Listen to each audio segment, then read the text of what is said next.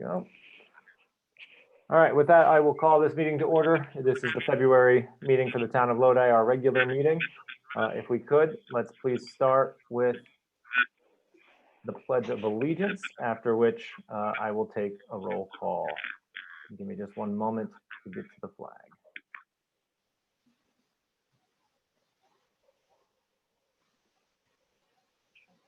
All right. I pledge allegiance to the flag of the United States of America and to the republic for which it stands, one nation, under God, indivisible, with liberty and justice for all. If we could, just a brief moment of silence, please.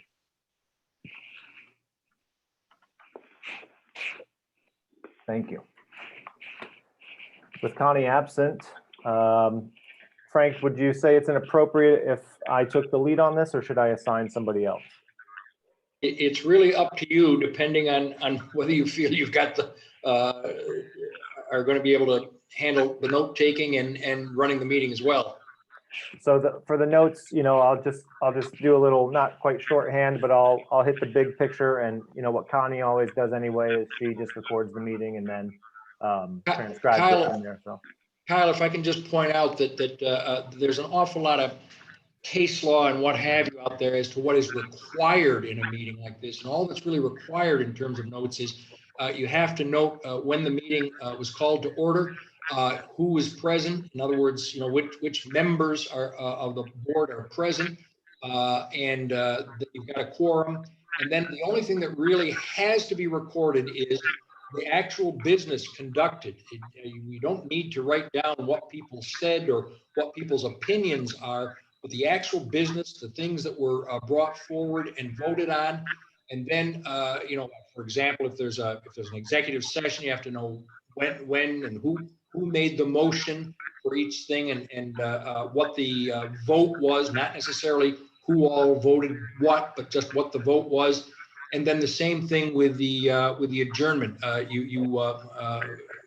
When did you adjourn? Who made the motion? And presumably a unanimous vote, that kind of thing.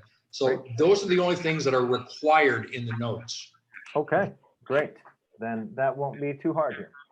So with that, we will start with a little roll call. Rick, did you have something? No, I was just going to say I'd keep track of some of it for you. Okay, yeah, double effort won't hurt us at all. I see Connie. I have filibustered long enough to get Connie in here. I have not heard her yet, though. She's still on mute.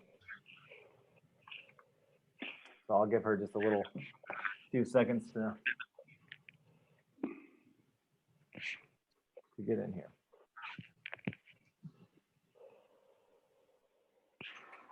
There we go. I'll be right back.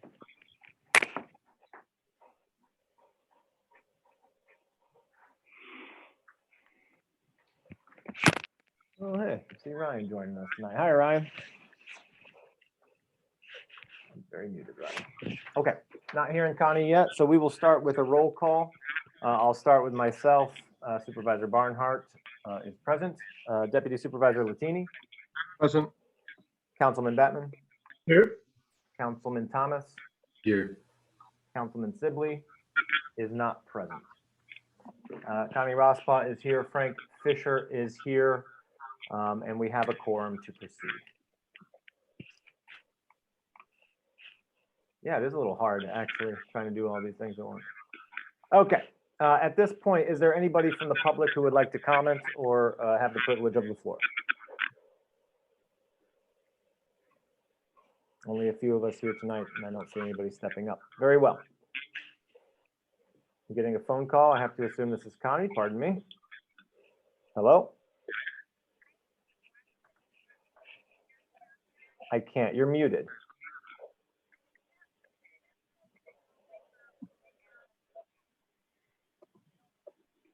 She's not coming in. Yeah, she's here. She just can't get herself unmuted.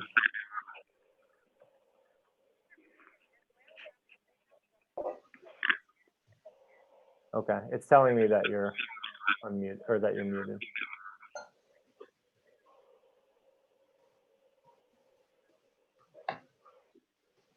There you go. Say something.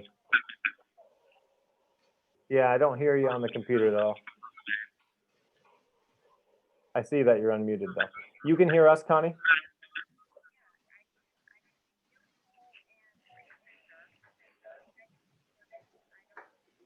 Okay. Well, if you can hear us on the computer and I've got you on the phone here, I can just put you on speaker, and if you have any questions, you can speak up. Does that work for you? Works for me. All right, guys, I got Connie on speakerphone. We'll try to keep her interaction limited because, you know, this is getting more complicated by the minute.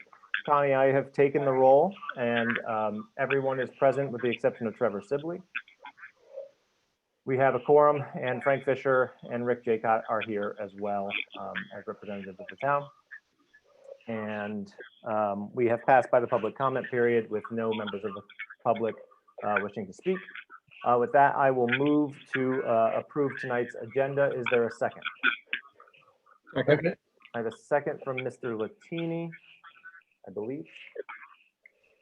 Any discussion or additions to the agenda from the board tonight? Kyle, this is Luke.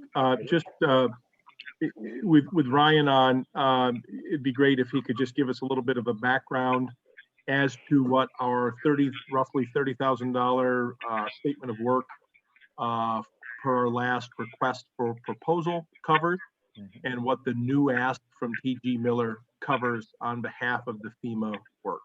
So I know that was a question that I had raised last month, and Ryan has dug into that and hopefully has a high-level summary for us. That sounds good to me. Let's add him in just before the highway report. Since he's here, we can get him right out of here. Okay, thank you. Everybody all right with that? Yeah, great. So with the addition to the agenda of a report from Ryan Freichelm, any other additions or comments from the team? I give you a copy of all the bills, right? You did, Rick. You gave it to me, and I also have itemized lists from Dave Herrick, and I think Ryan's done a little work on his end too. So we've got a number of sources of information here. Hearing no further comments, with a motion and a second, all those in favor of approving the agenda say aye. Aye. Any opposed? Agenda carried. Does anybody need more time to review last month's minutes? Hearing none, I'll make the motion to approve last month's minutes. Is there a second? Second. Second from Mr. Thomas. All those in favor say aye. Aye. Any opposed? Motion carried. I sent the bills out in the prep packet to the entire team. Does anybody have any questions or comments or need to see any more detail? Hearing none, I'll make the motion to approve last month's bills. Is there a second? Second. Second, I think, from Mr. Thomas. Yeah. Any further discussion? Hearing none, all those in favor say aye. Aye. Any opposed? Motion carried. Mr. Freichelm, welcome back. Thank you. Thank you very much. Floor is yours. So since last time I was with you folks over the internet here, I did some research, and I understand that there's a need for a little explanation of what the services were that have been provided by David Herrick to date, and then where exactly and how the additional services tie into the FEMA work. So in very, very brief summary, currently, of the projects that we've requested FEMA reimbursement on the smaller projects, there's two categories. There's small and large, but the ones that are the small, there's $1.6 million of projects were requested from FEMA, and currently to date they've agreed to pay 1.1 million. Now, it doesn't mean that the other $450,000 or $500,000 of projects are denied. They just haven't been approved yet. And then on the large projects, it's sort of similar. We have currently, let me just make sure I do this right. We currently have $2.1 million of pending projects that have been submitted to FEMA, And of that, we have estimated value of the large projects to be reimbursed after the project completion would be 1.8 million. So the reason I'm bringing up the big figures of the 2.1 million and the other 1.6, those valuations and those analyses on those projects, of which there's well over 50, those were performed in conjunction with Dave Herrick. And let me just bounce over here for something here, just so I get this right, because I made some detailed notes here. One of the things that initially occurred with the engineering process was we were concerned, as was Lee Davidson, very concerned, as were the rest of the board members, that there'd be no control over the accounting of the project monies and the project expenditures relating to engineering. So we put a $30,000 cap on it, figuring that that would be close enough to get us to where the engineering services would be sufficient to get us to the obligation stage with FEMA. And so what that meant is we used David Herrick for site inspection damage survey work.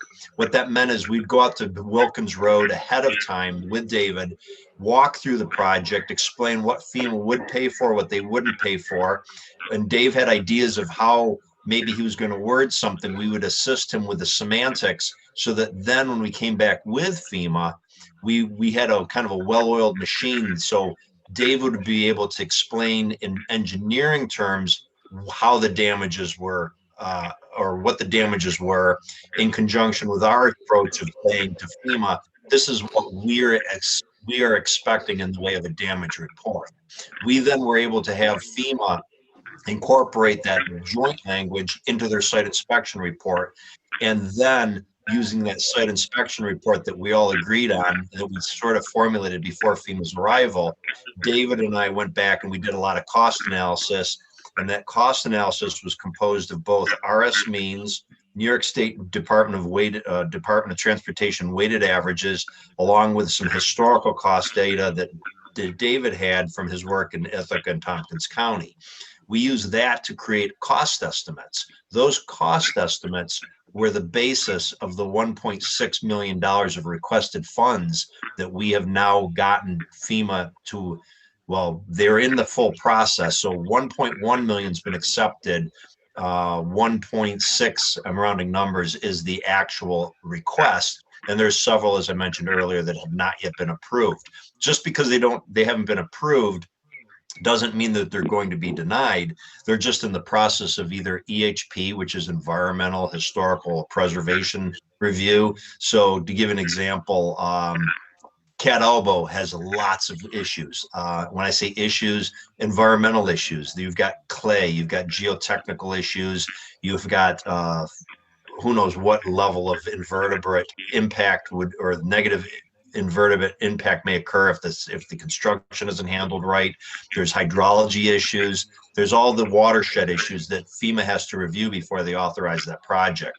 So that's sort of what goes on with this process. We submit a number. We tell FEMA this is our cost estimate. They then have to verify that we're within 10 or 15% of their cost estimate. Sometimes they deny it and they'll say, look, you wanted 100,000, we'll give you 99,000.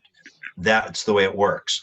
Other times they'll say, well, you wanted 100,000, but we think maybe you need 101,000. So it's a give and take, but our numbers are very accurate because they're based on verifiable data. And we also, using David, and this was part of the $30,000 figure, we use Dave to say, all right, if we have a number that seems low, what are the technical engineering aspects that we can legitimately, morally, legally, ethically include in this project so that the town doesn't have risk? And so Dave would work with us to boost up the numbers.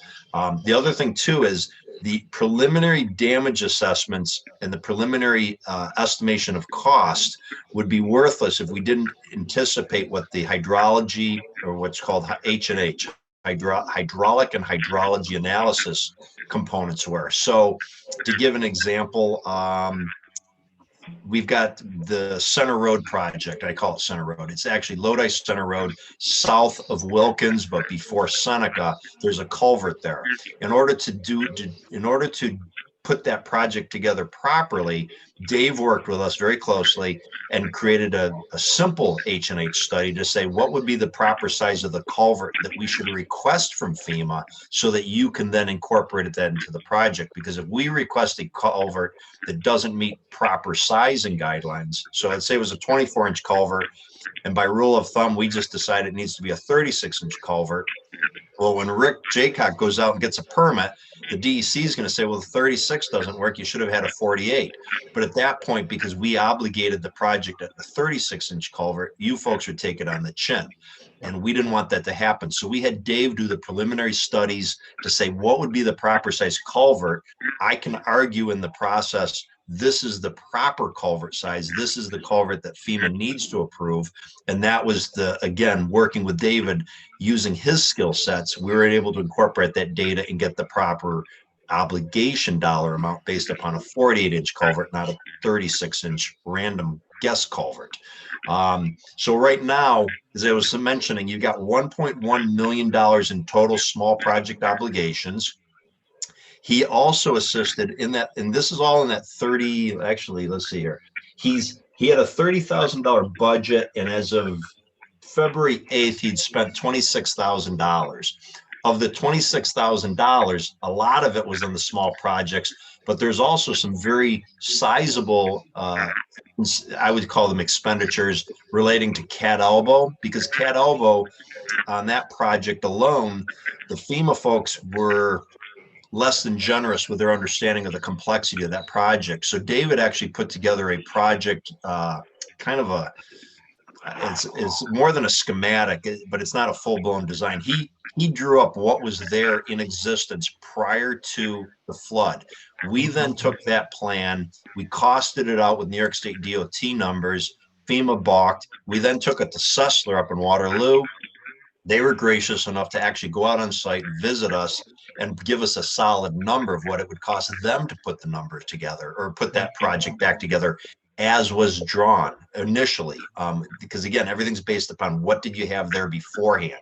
So even though that project hasn't been approved yet, there was a very valuable aspect of David's contribution, because instead of talking about a $500,000 cost or a $400,000 cost, which is what FEMA thought it would be, we're a little bit higher. We're around 800, 900, and that's not necessarily the last number, but we used David, and the town's had a benefit of using David because FEMA can't argue too much with a stamped engineered letter or a stamped engineered cost estimate. It's not money in your pocket, but it gives a lot of validity to your cash flow and to your cash needs on these projects. The last bit of information on this situation is on Porter Culvert Road and Lodi Center Road, there was preliminary work that was done in order to get the project approved. And that's what you paid for the to-date amount of $26,050. I may be off because you may have a new invoice that I'm not aware of, but that's, again, based upon a February 8th and the TG Miller, that's when they sent me all the invoices. I don't know if everyone is aware, but David and his family came down with COVID, so they were out of action for a little bit. The news services are related to taking it from an obligated project whereby FEMA says, yes, we'll allow you X dollars to repair the culvert on Skinner Road. And then you folks have to do that work, but you can't do it without a permit. Well, the permit is going to require full-blown blueprints, a full-blown hydrology and hydraulic study. And David has to actually create construction drawings. And the reason he has to create these construction drawings is for Army Corps of Engineer and others, they want to know the specifics of how is the town going to repair how is the town going to repair the culvert mess, and then also what permit and what are the permit conditions going to be based upon those actions. Now, I mentioned Skinner Road because those are the headwaters of a tributary to Mill Creek.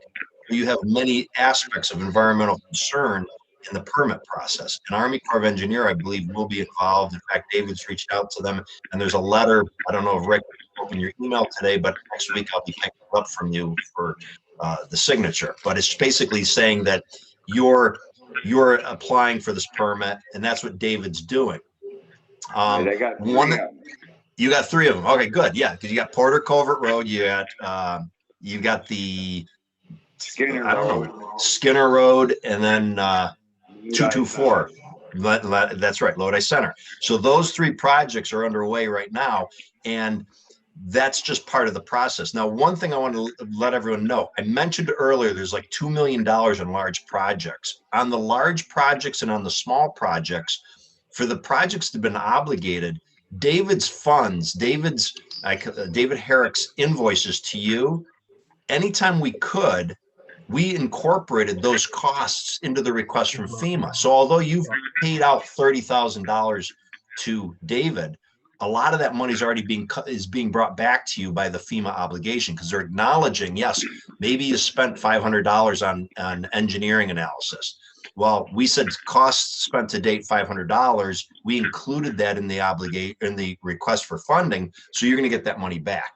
On the large projects, because they are large, if Dave spends, and I'm just going to use easy math numbers, if he spends $5,000 on engineering on the Skinner Road project, the town is going to be reimbursed 87.5% of the 5,000 back to itself. So I just wanted to let everyone know, if you see the big number 70,000, you're going to get the majority of that money back, especially for the Cat Elbow project.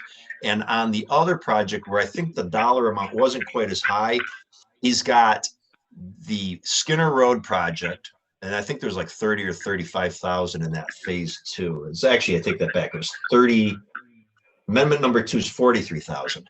So the $43,000 has a huge component of Skinner Road, which is large project, and then the other components would be the Porter Covert Road and the Lodi Center Road, of which those are smaller projects, but we've already built in what he thought might be required for engineering. And then we worked with the FEMA folks, and we worked with every avenue of information and resources we could come up with.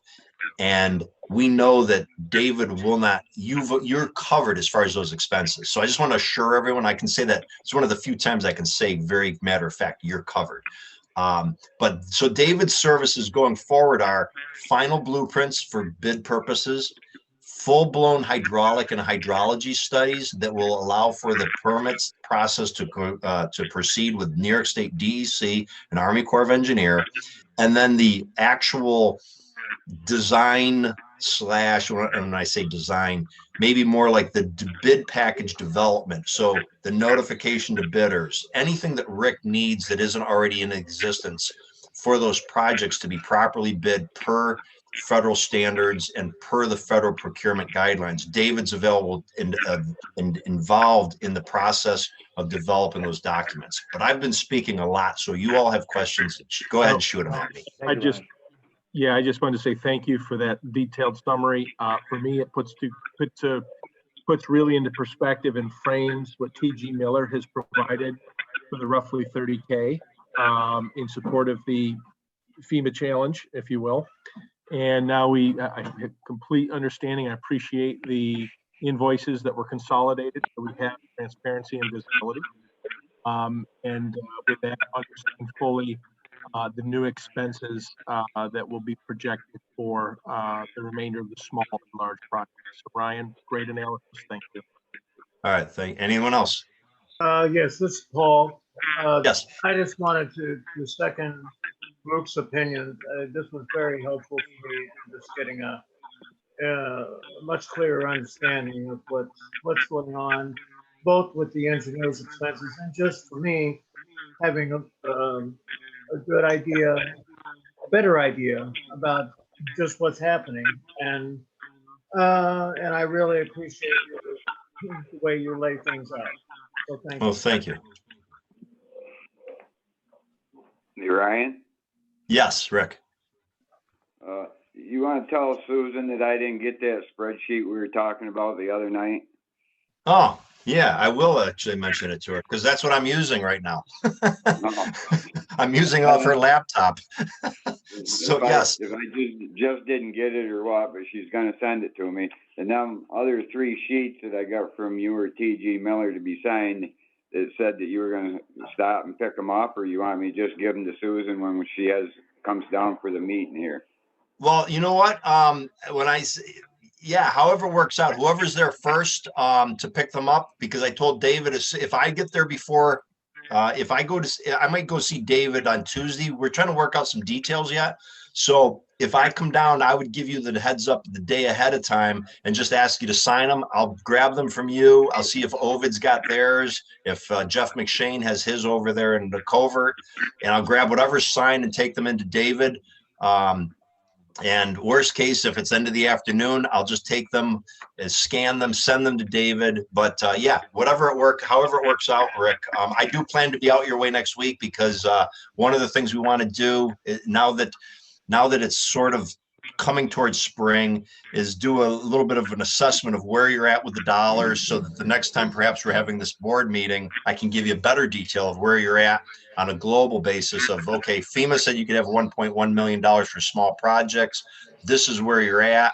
And, you know, once all the small projects are completed, then you can make your strategy decisions of how to proceed. If there's a savings, or there should be some type of a savings. But again, until that last project is completed, there's risk that there's not enough money on one project. You want to make sure that the savings on the other projects would be applied appropriately to oversee those costs, or to overcome those costs. So yeah, Rick, next week, I'll definitely be in touch with you. Ryan, with All that right. in mind, I sent Yes. an email to Susan, hoping to get a better grasp of the individual project costs that we've spent so far. From the financial side, the last finishing touches of the FEMA financial work that we've done is to put the line items in the budget for each individual project, and then Right. allocate our expenditures.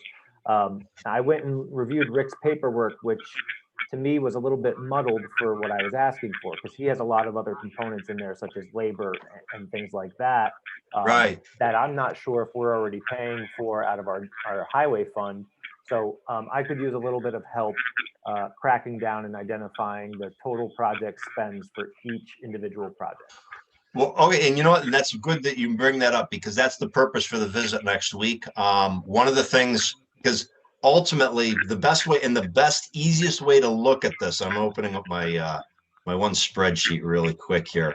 One of the ways to look at this is to say you've got a total of 24 projects, and the 24 projects you have available to spend $1,114,000 as of this date. Now, there's going to be some additional dollars because of those 24 projects. There's a couple that are pending. Let me just be a little more accurate. Instead of 24, it's 22, 21, 21. All right, so you got 21 projects that you've got obligated. And there, of those 21 projects, there's a $1.14 million. And what we want to do, and we don't come out too early on, because it's kind of just a redundant expenditure of time.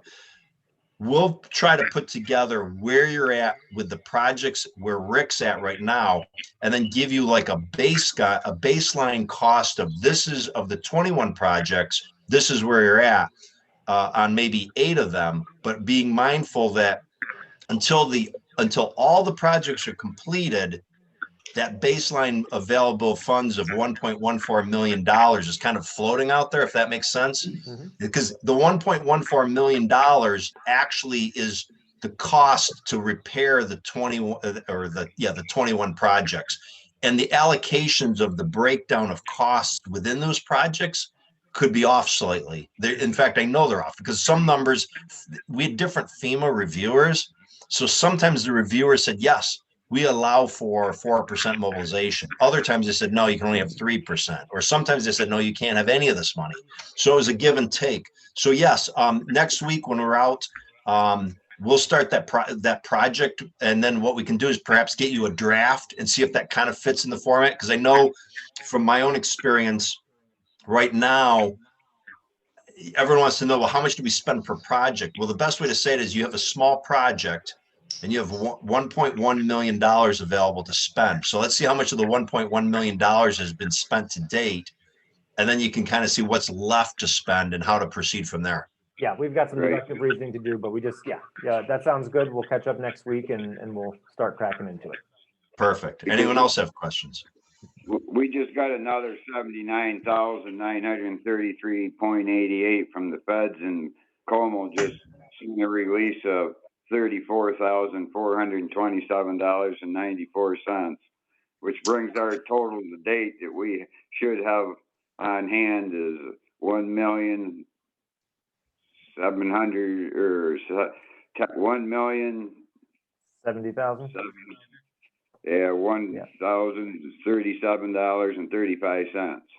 Good. Do you know, Sounds about right. Rick, just off the top of your head, do you know what the $79,000 pertain to?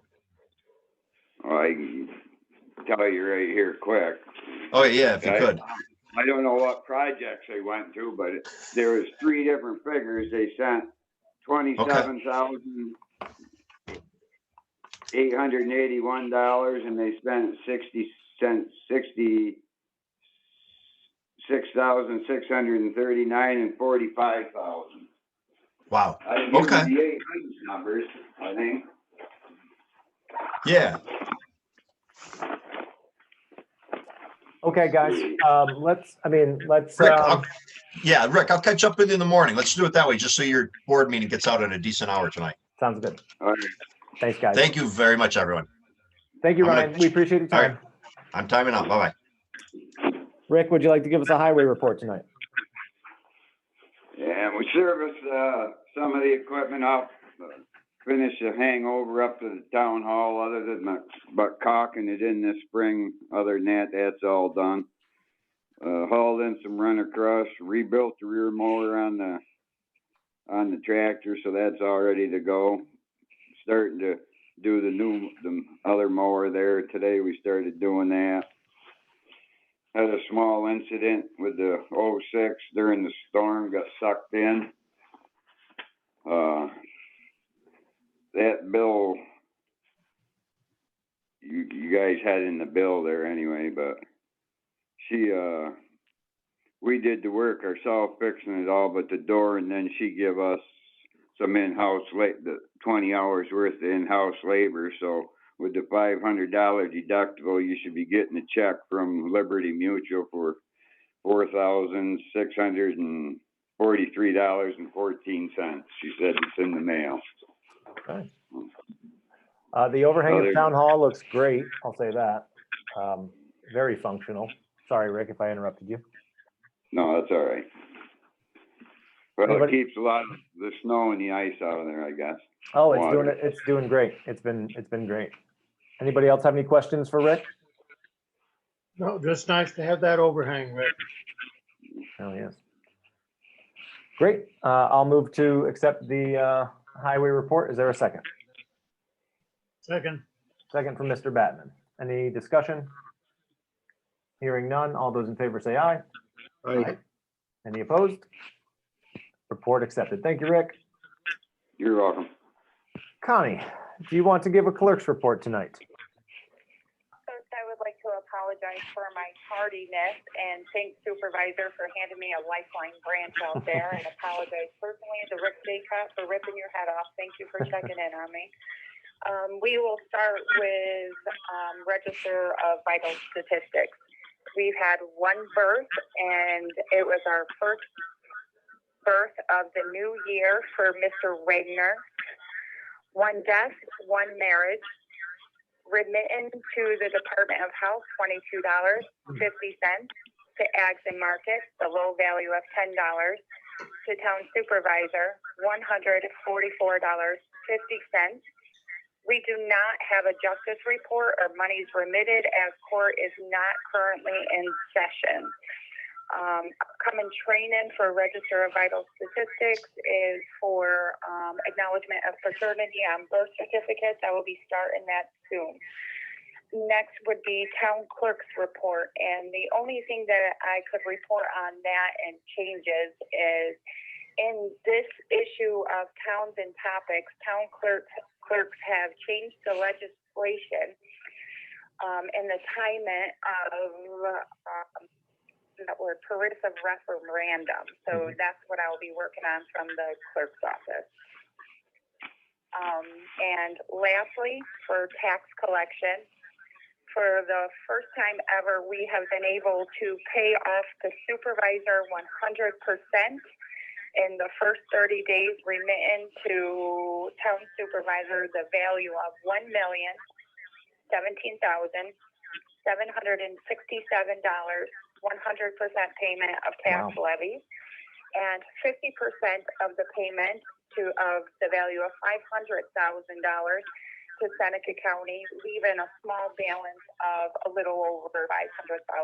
So 100% to the supervisor, 50% to the county, and personally want to thank our community. That is record timing with special accommodations. Everything was perfect, actually. That's really all I have tonight. Awesome, Connie. That's pretty incredible that everybody has paid their taxes in January. I don't know if I've ever seen that before. Neither of us are absolutely at least 75, possibly 80% of taxes are paid. Yeah. And that's really amazing considering we are in a full-blown pandemic out here. Congratulations to all. You too. Anybody have any questions for Connie tonight? Was anybody unable to hear her? I heard her fine. Cool, great. Hearing no questions, I'll move to accept the clerk's report. Is there a second? Second. Second from Mr. Thomas. All those in favor, please say aye. Aye. All right. Any opposed? Clerk's report accepted. Well done this month, Connie. Thank you for all of your hard work. Mr. Batman, do you have a library report tonight? I do. Wonderful.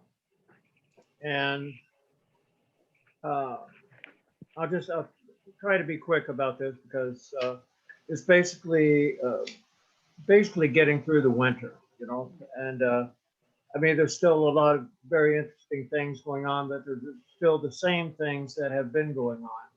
There is well, if you go to the library website, you can get most of this information with the porch-side pickup and browsing and the appointments available, the hours of operation, that sort of thing. There is for your information, there's a prose poetry workshop happening on 2/20 with an open reading on 2/27 with author Nancy Defoe. That looks very interesting. And then also the library is collecting Valentine cards through February for the Cuba Ridge Nursing and Rehabilitation Center. So if anybody wants to provide cards to the library for that, that would be wonderful. Type Tales still going on with Nora. And the Wednesday Writers Support Zoom meetup is still happening every Wednesday from 6 to 7. And of course, the Steampunks is still going full steam ahead. And that's still happening. So that's about it. Everything's going pretty well over there. Great. Thank you, Paul. We've been, again, heavily using the library. My 19-month-old daughter's very much appreciating it. However, repeated readings of Goodnight Moon and Go Dog Go are wearing on my patience, but I'm very thankful to the library. Any questions for Mr. Batman this evening? Thank you, Paul. We appreciate the report. Okay, thank you. Moving on to committee reports. Mr. Thomas, what do you have on the agriculture, environment, and infrastructure front? Sure. I attended a SWEO meeting on January 28th, Seneca Watershed Intermunicipal Organization, and just two main, I guess, items to report on. The first one is on the Greenidge power plant facility in Dresden. That's kind of making some news these days. A little bit of background on it is that it's a power plant that used to burn on coal. $2 million was used from state funds to convert it to natural gas. And it was going to be just a peaking power plant used for when demand was really high. And so it was only going to be running at 6% of its capacity. But now that this business Greenidge purchased the power plant, they are now going to convert it to Bitcoin mining operations. I don't think anyone wants to hear what Bitcoin actually is, but it is something that uses a ton of electricity. And so that's why they thought this was a good idea to purchase the power plant and convert it. The problem that is going on is that the original power plant, the turbines that convert that produce electricity are only like 40% efficient, and the rest of that's dissipated as heat. And they dissipate that heat by pulling in water from the lake, and they're allowed to take 159 million gallons of water a day, which is then used to cool the turbines and released, and that is released into a nearby stream, which empties into Seneca Lake, and that water can be as high as they said as high as 109 degrees in the summer, which is a concern for anyone who's a fisherman. And then also the harmful algae blooms that I was kind of talking about last year. They don't know exactly what causes this, but heat, increased temperature, water is definitely one of them. So this is something that people are really concerned about, because the power plant was already releasing hot water into the lake, but now that they want to convert this into a Bitmine operation, they're going to be running the power plant 100%, like 365 days a year. It's not what it used to be.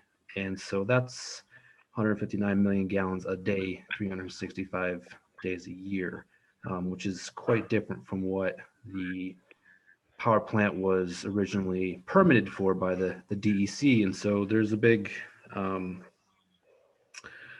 of a big challenge with folks that would like the DEC to require the Greenidge facility to go through environmental impact statement, because what they're now doing, running the power plant, full time versus at 6% capacity is completely different from how it was permitted before. If the public wants any more information, I found a good article in WENY, the news. I think it's out of Syracuse, WENY.com. They had a pretty good rundown of all of the stuff about Bitcoin and the history of it. And the other item on the meeting was about Seneca Meadows Incorporated, and how they have applied to extend their operations another 15 years. This is a problem for the town of Seneca Falls, which in 2016 passed a local law number 3 that required the landfill to not be able to expand anymore and actually to close in 2025. And that local law was also reaffirmed in 2018. Seneca Meadows, I think everyone's pretty familiar with, but it's become the largest landfill in New York State now. And most of the garbage coming from New York City, but it's also coming from surrounding states. And I think regardless of anyone's opinion on the operation of the Meadows, I think we should be concerned as a small town that, a corporate entity is ignoring the legitimacy of home rule, that localities should decide what's best for them because they know what's best for them. And this is, nothing has happened yet. This is still in the future, but it is something that's going to probably go to the courts, with ultimately the DEC and the governor maybe deciding what happens to the future of Seneca Falls and Waterloo. And it's just something that we need to pay attention to. And that's all. Thank you for that very thorough report, Mr. Thomas. I'd like to add that I've been involved in the Bitcoin, how do I want to say this? I've been involved with the town of Torrey, who is leading the seeker resolution, the negative declaration, and their planning board and their town board are working through the technical issues for the Bitcoin mine. We took action on this as a county board, I believe in October or November. We sent a letter to the DEC asking them to deny any permits to the Greenwich Power Plant because we thought that it adversely affected the water quality and pollution in the lake. So I share your concerns about the hundreds of millions of gallons of water being sucked out of our lake and put back into it. I have great concerns about 107 to 109 degree water being discharged into the Keuka outlet, which as far as I knew was a trout stream. But my understanding is that the DEC is grandfathering these guys in under the old coal plant rules that they had. So while normally you can't discharge water hotter than 86 degrees, these guys have an exception to the rule. I'm curious to know if Mr. Batman or Mr. Latini would like to see this board take any action of sending letters to the DEC or the town of Torrey or Yates County or any municipalities, or if anybody had any questions or concerns. Well, I definitely have concerns and questions. I don't know enough about this really to be intelligent in my comments about it. But it sounds disastrous to me. I'm very surprised that you say that the Seneca County Board of Supervisors is supporting a resolution to the DOC against giving them permitting to do this? Yeah, no, the Board of Super, I made the motion in the environmental committee at the county level. I was supported by Paul Cronenwetter, the supervisor at large from Seneca Falls. And we had some vigorous discussion about what was going on. Some supervisors they don't quite understand what Bitcoin mining is. So the vote out of committee was 4-1 in support of sending a letter to the DEC to deny the permits for the power plant. And then that resolution was passed unanimously, including the supervisor who voted against it in committee. That was passed unanimously at the following board meeting. So yeah, the That's what Seneca I County mean. Board is They're against denying, the power they plant. voted to deny the permitting Yep, process. yep. Well, And I that's very think a number of encouraging. other municipalities are following suit. It's not much different from what this board did with the incinerator, just essentially, speaking our piece and giving support to our neighboring municipality. Right. Luke, did you have any thoughts on this? Yeah, certainly I'm aligned with Mr. Batman in this approach. I think we should, always learn more about our, the details of these investments in our area. But also, I think, the guard goes up. You would think as being Bitcoin's pretty progressive, innovative, you would think they would go to green energy sources, instead of picking the dirtiest plant around, the oldest plant around, and a minor upgrade. So I honestly, I'm a little surprised because I remember talking to a biologist that came in and spoke to about lake water quality a few years ago. I think his name was Dr. Halfman from Geneva. And he studied the Finger Lakes for the last, say, 25, 30 years. And Seneca Lake, he considered to be an at-risk lake. Very high nutrient loading from runoff, what have you. It's got some salt, high salinity content. So it's got a lot of soup, if you will, a lot of stuff in the water.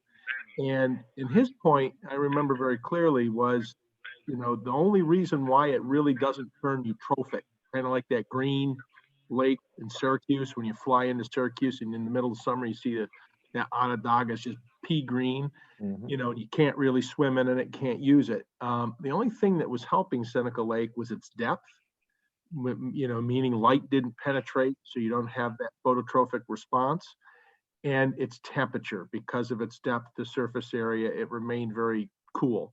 So consequently, those were two things that were saving it, regardless of the high level of organic nutrients that were in the water. So the thought now is that we warm the water. That really seems like a bad idea. And the same DEC that is, making us put the environment first as they should, right? For culvert pipes and making us do engineering studies for flow and, not to affect fisheries, it does seem kind of ill-advised to just permit without doing the proper impact studies. At least that's what we've been told. So I would hope that, I would certainly support opposition to it. We'd like to learn more about it. I think that's the other thing. And then also, any letter that we can write saying, if you're going to do it, let's do green, be progressive, be, modern. When you think of Bitcoin, that's like new technology, advancement, and I'm not sure it doesn't seem in concert with the vision to use something so old and antiquated. The efficiency puts that much energy back into the environment. Just seems like a bad equation. So if we can oppose it, I'm all for that. Great. Yeah, I'm fully with, I think, everybody here. Luke, I think a couple of finer points here. I'm pretty well versed in Bitcoin at this point. It takes a large amount of power and it takes a large amount of cooling, which goes hand in hand with the power. Where these guys have been very clever for themselves is they have found a bit of a loophole in oversight and regulation. By buying the power plant and powering their Bitcoin servers, their computers that they use to mine this Bitcoin, they are not sending out electricity past their master meter, the power plant's master meter. And it's at that master meter that the Public Service Commission, the PSC, for the state regulates electricity. So they have found a loophole where by buying the power plant and running their electricity behind the meter, they actually cannot be regulated by that department. So it's pretty, and the PSC actually issued an opinion stating that. So we are simply left to the DEC to make that decision. From my experience, the DEC has not protected our lake in the ways that it should, particularly with liquid propane gas and the rubber stamping of those permits that they used to do. So I don't have a lot of faith, and I think under new business, I'll happily move to write a letter to the DEC and other parties, and I suppose we can address it more then, unless anybody else has further comment. Would it help, Kyle, to pull in our other leadership team? So you're working with the county. How about Pam and other leadership entities and that represent our region, Phil Palmisano, et cetera, to get their support and let them see where they sit on it. Maybe they have some additional information, or maybe they're in the same boat, and we can partner in that strength of voice, if you will. Absolutely. I'm happy to reach out to them, and I'll keep the board in the loop through those communications. So maybe we take the next month here to do some more research and learn and develop some language and maybe make some action next meeting. Does that sound good? Where is this community? This is the town of Torrey. They are essentially across the lake from us, a couple miles north, very close to the Dresden Naval Station on the shore there. Okay. I don't know if you've ever seen, I think it's 2 or 3 smokestacks down there. That's the old coal plant. Okay. Hey, Kyle, this is Maura Toole as a citizen. Am I allowed to make a comment now, or is there appropriate time later? It's hard when you're Go for it, Maura. Why not? I just want to acknowledge, thank you. What a wonderful conversation and recognition and awareness level that the town of Lodi has about this issue. So, I'm part of some efforts in keeping Finger Lakes and Seneca Lake particularly safe. And I just appreciate the town of Lodi doing what you're doing right now, is having good conversation, clearly a lot of knowledge that you guys have or figured out that I don't think a lot of towns around the lake have right now, quite honestly, because it is such a strange topic. Bitcoin, who understands that? And then when you generate, so I just want to acknowledge that I thank you. And it makes me proud to be part of Lodi. And if I can help in any way, you guys, you keep going with your thoughts and knowledge. That's awesome. Thanks, Thank you. Maura. What I believe you work with one of the Clean Waters initiatives. Which one do you work with? Pure Waters. Pure Water. Seneca Lake Pure Waters, yeah. Thank you. Yep. Thanks. Thanks, Uh, Nora. Mr. Thomas or anybody else have any further comments on the SWIO notes? Seth, I think you also brought up the landfill. So let me add, just for transparency here, I've received communications this month from Mark Benjamin, the PR executive for Seneca Meadows, and also from Mark Pittifer, who is the PR executive for Bonadent, which is in Seneca Falls and adjacent to the landfill. Both of those guys reached out to me and asked me to create action on this board tonight. One of them asking to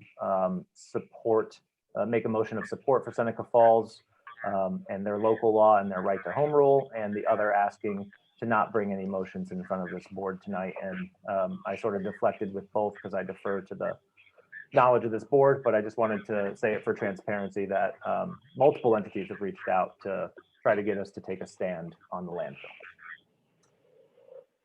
All that being said, Seth, anything else to add for ag, environment, and infrastructure? No, that's all. Wonderful. Mr. Batman, do you have anything for economic development, planning, or tourism? No, other than what we've just been talking about. Yeah, it all ties in together, I think. Yes. Luke, with Trevor absent, do you have anything for finance, federal affairs, government ops, or criminal justice? I do not, Kyle. Wonderful. I will keep you all in the loop in terms of finance when we get those line items completed for the FEMA work. But as you can see from what Ryan was saying, this is quite the work in progress. There's building committee and water committee. Briefly for water, the focus for any water activities in the town of Lodi has been shifted to the village. The village is now taking the lead. They are going to host a public hearing to begin developing their side of the water project, which is now the only side. And that will take place on February 17th at 7 p.m. at the firehouse. One very interesting note about water in terms of the village, for whatever reason, I did not understand the reason, but the village can actually take money out of their water fund and put it into their general fund, which is something that we were not able to do at the town level. So if the village is actually able to get water going, they have quite the financial mechanism to stay solvent, if that's the case. So I thought folks might like to hear that. For the building committee, Mr. Thomas, do you want to give an update, or would you like me to? I think you'd be more positive in giving the update, so I'll let you do it. Great. The building committee has a little bit of frustration as we continue to wait to finalize the sale on the property. We really can't move forward. We're at a point where we have conceptual plans and we've refined them a little bit, but we really need an architect's help. And we can't really do that without owning the property. Mr. Cleese has asked me tonight to ask this board if they think it's prudent to move forward with some engagement with the architect, at least at a very low level. I told him that as interested as I am in that, I'm not completely comfortable paying any money for a property that we don't actually have in hand yet. So I guess a little bit of a roundtable around the board here to see, you know, what you guys are thinking. Start with Mr. Thomas. I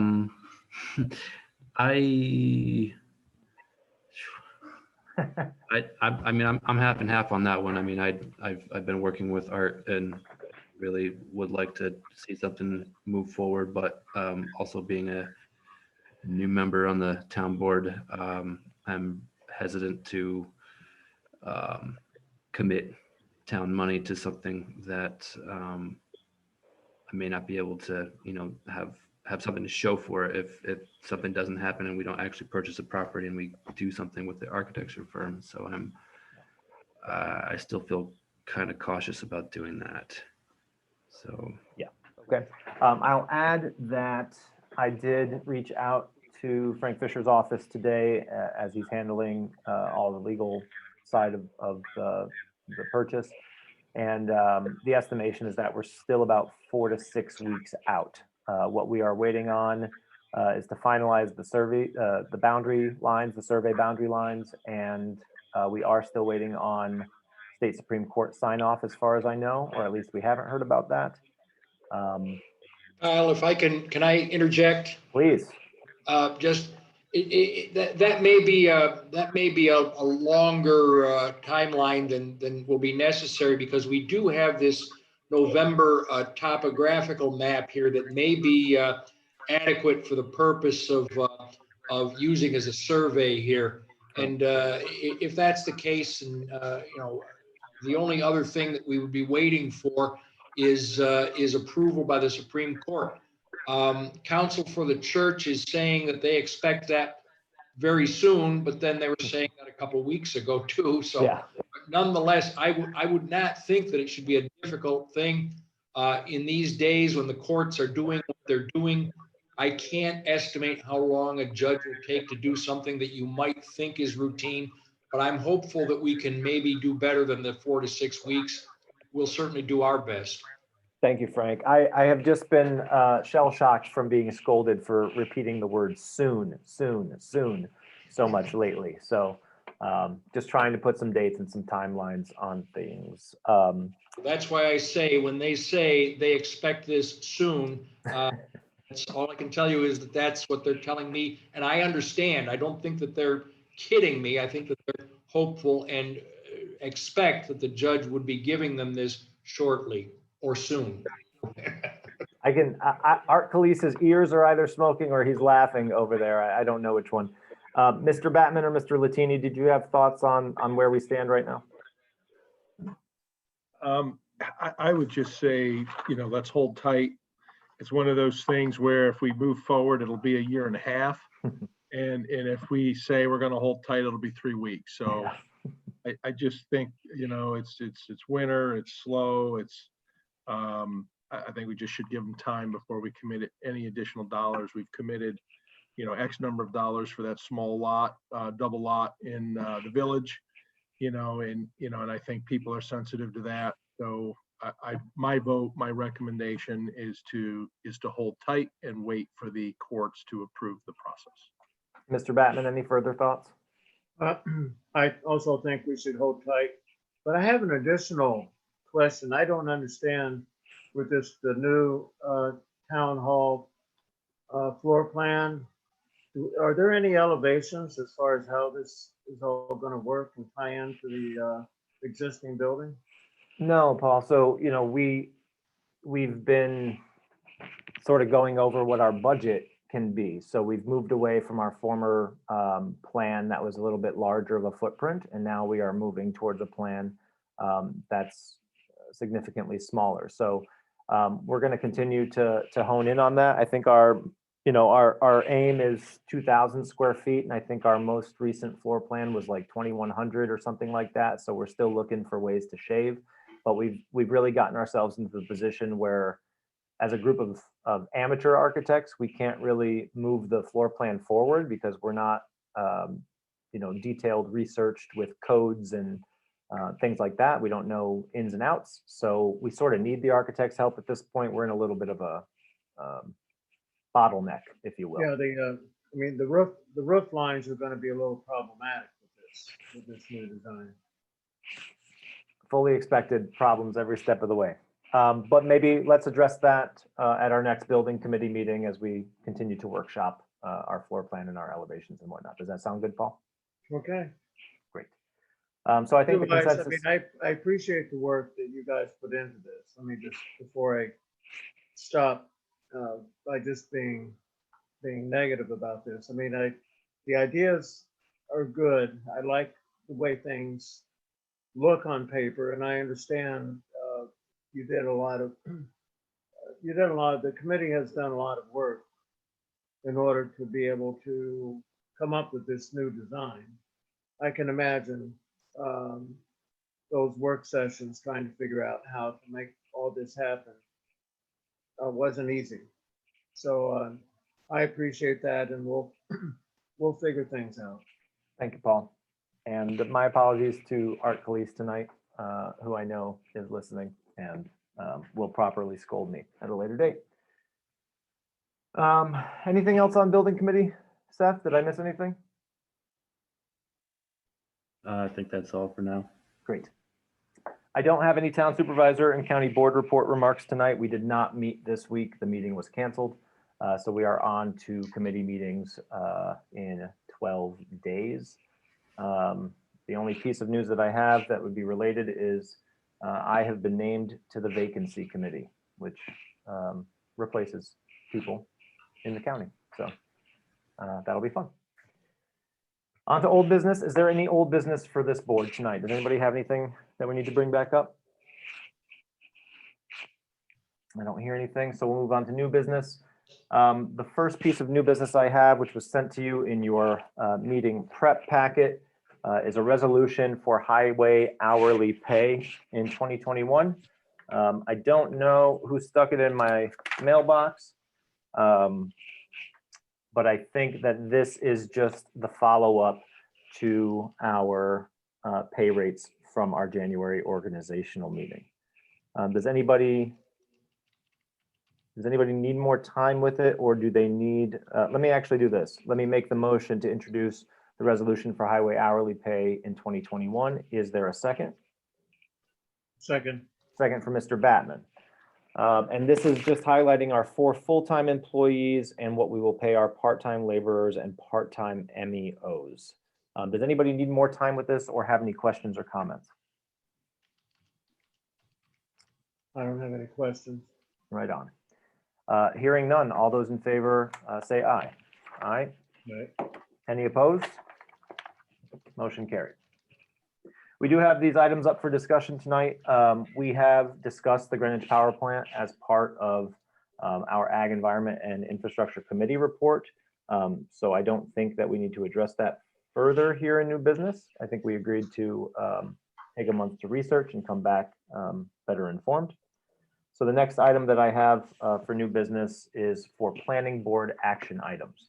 I shared a document with the board earlier this month, which features a number of items for the potential recommendation to the planning board for them to work with going forward. We have already issued them one set of work orders, which is to explore what we will do with the existing town hall and the land and how much it'll cost to do that. But now I have sent you, I believe, 9 more items, and I will just quickly run through the top bullet points. And then I think the approach that we should take is to sort of hone these down into a handful and send those out to the planning board. So the first issue would be, is there a need for municipal or public water? And an in-depth look at that.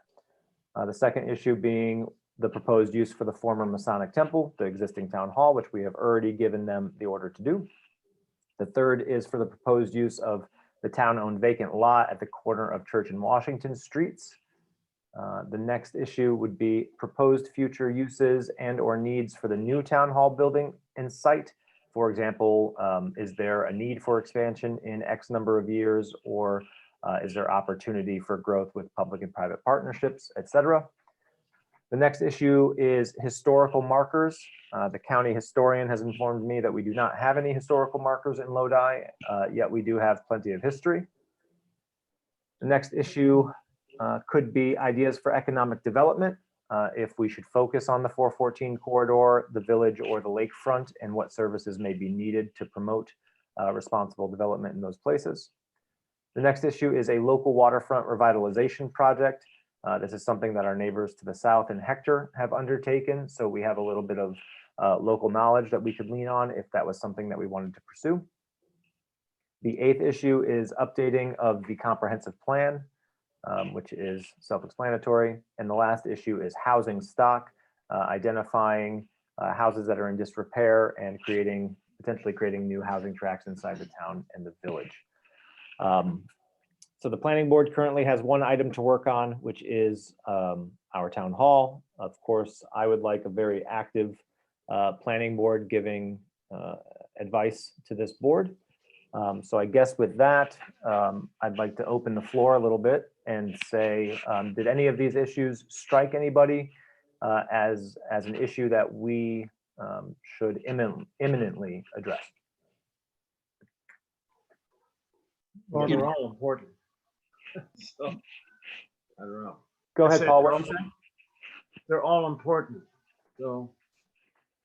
I guess the other option that we could do here, in our email correspondence, we had sort of agreed to whittle this down to 3 or 4 items. We could also sort of dump this on the planning board and allow them to whittle it down. But I don't have too much knowledge of the history of the working history of this planning board, so I don't know.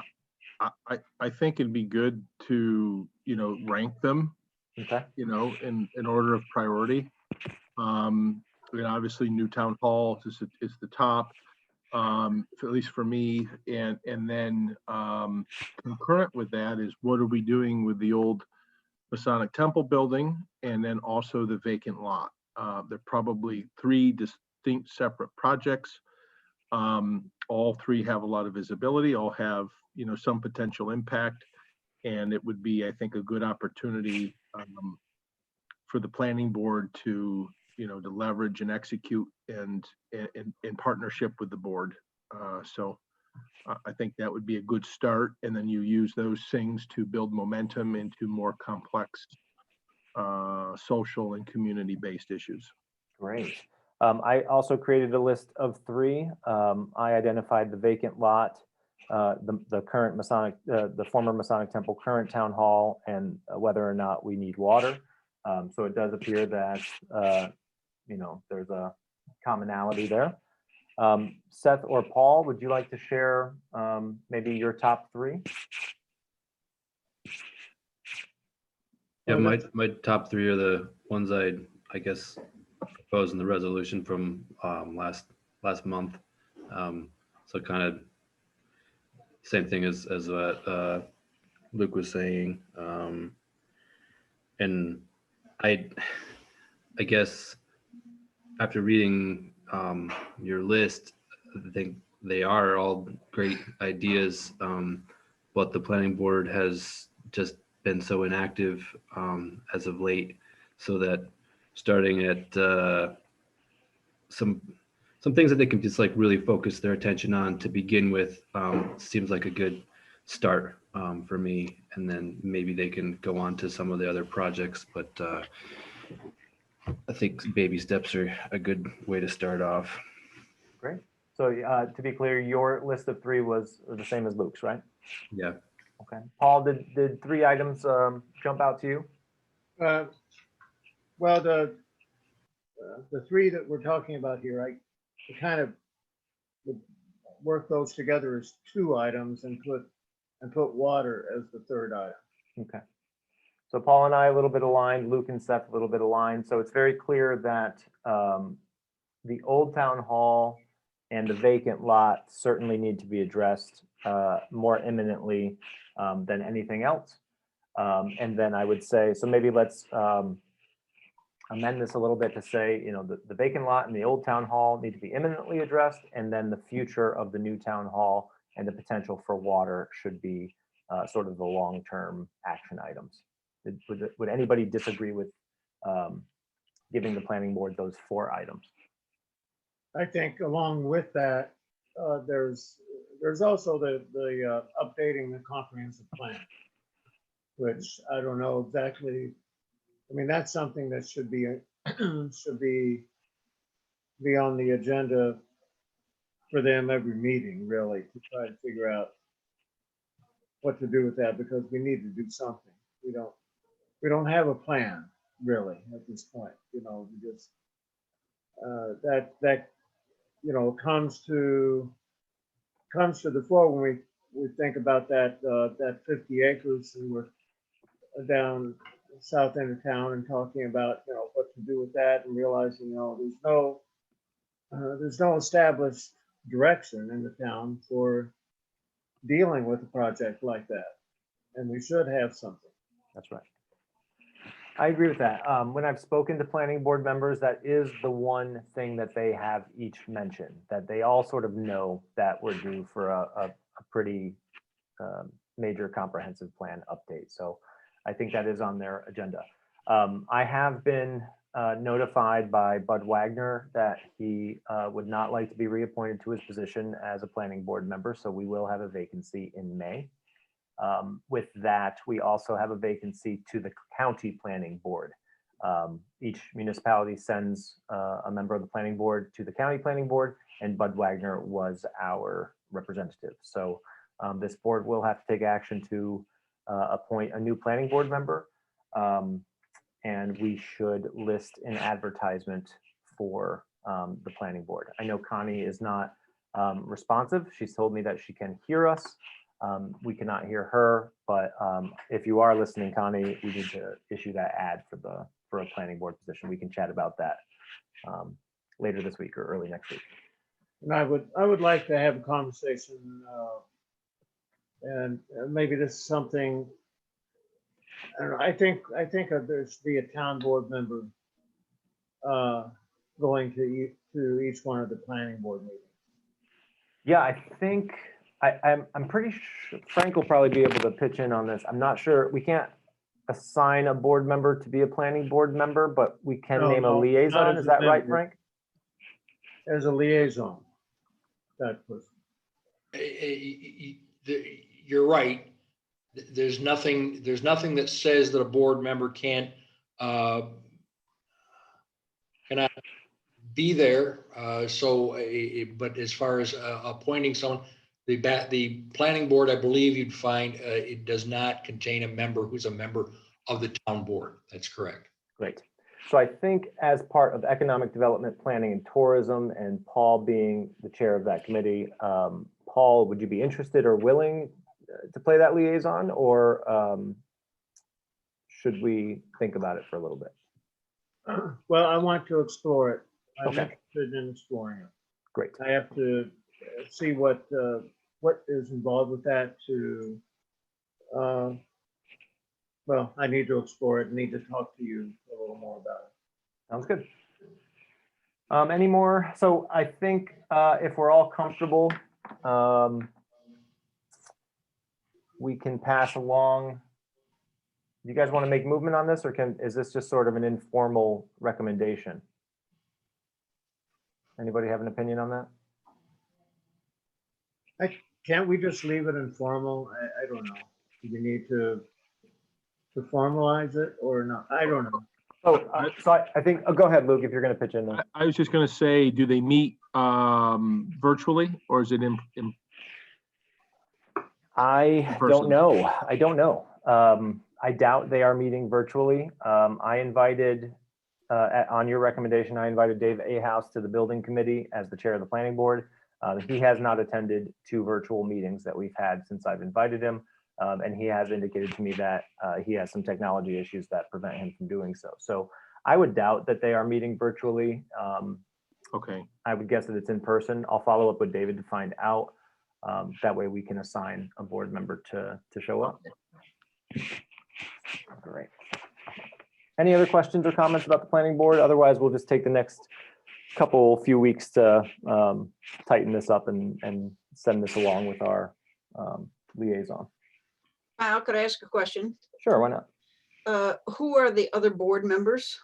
The other planning board members, yep. It is Mark Benjamin, Noel Clausen, and Lynn Rosbach.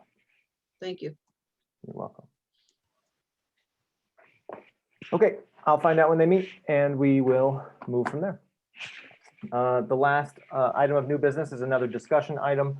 I received a letter of complaint from a resident. I don't have it in front of me. I think her name is Debbie Wilkins, about a proposed solar installation or solar farm. I'm not quite sure exactly what the language is, down on Halsey Lane. She asked this board if there was anything that we could do for her. I informed her that, to my knowledge, we don't have land use restrictions or zoning restrictions that would prevent anybody from constructing a solar farm, and that it would be subject to oversight from like Public Services Commission or DEC or places like that. However, I did tell her that I would brief the board on her complaint and her communication, so this is what I'm doing. And I just thought I'd throw it out there to see if anybody had any questions or comments. Yeah, Kyle, I'm going to attend that solar farm meeting. I think it's tomorrow. It's mostly about farmland being converted to solar farms, but there might be some information in that. So I'll report back on that, but I don't have any ideas at this point. Great, that'd be really helpful, maybe as part of your committee reports next month, or if you find something interesting that you think we should pass along to Mrs. Wilkins, let me know and I'll shoot her an email or a letter back. Yep. Paul or Luke, do you guys have anything? Any questions or comments on that?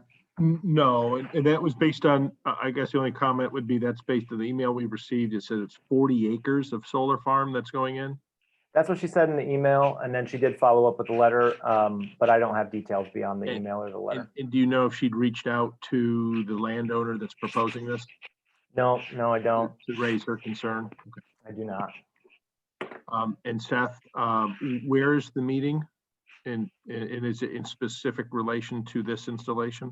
Or is It's it more not of a specific general? to this. It's a Zoom meeting. I think Connie sent an email to us with the link. Kyle, Yeah. do you- I have it. It's an email forwarded from Connie. She only sent it to you and I, Seth. I'll send it to the greater board right now. Yeah, I'd appreciate Yeah, seeing no what that problem. is. It is led by and then I'll- Harriet Haynes from County Planning. She's the one who sent it out. The meeting is actually led by Cornell Climate Smart Solutions. Implications of large solar installations and leasing on farmland. It is Friday, February 12th at noon. And I have just forwarded it to the rest of the board. I know there is a solar farm or solar project going in up in Waterloo, so that's why there's a lot of focus on this right now. Any further comments, questions, or discussion? Is there any further new business for this board tonight? There is another period for public comment here on the agenda. Is there anybody in the public who would like to say anything else tonight? It's Maura again. I just have a quick question. Please, go Is ahead, Maura. that solar meeting open to the public tomorrow? Maura, I don't know, but let me see. Maura, I'm just going to send you the. Okay, that would be I'm gonna awesome. Forward it to you. Thank you. And then the other just small comment on my other comment before was I was responding to you guys all as my Town of Lodi. I'm a Town of Lodi resident. That's what it was like. Yes, I am part of Pure Waters. I believe in the lake, but also I'm proud to be a Lodi resident, and I'm just proud to have you guys all as my representative. So thank you for your efforts. Thanks, Maura. I was trying to give you a little street cred there, saying that you need. Yeah, well, I know, but I want to make sure you got the credit too. So thank you for the, I got the link too. Thank you. Thank you. All right, anybody else in the public? Hearing nobody else or nobody else able to get their mute button unstuck. Our next meeting will again be on Zoom, March 11th. That is the second Thursday in March. And we'll do it right here at 7 o'clock. Again, there is a village public hearing on water at the firehouse on February 17th at 7 p.m. Outside of that, I don't have anything else. Does anybody have any motions from the floor? Adjourn. Move to adjourn from Mr. Latini. Is there a second? Second. Second from Mr. Thomas. All those in favor, please say aye. Aye. Any opposed? Meeting adjourned. Thank you, everybody. Thanks, Kyle. Thank you. Thank you.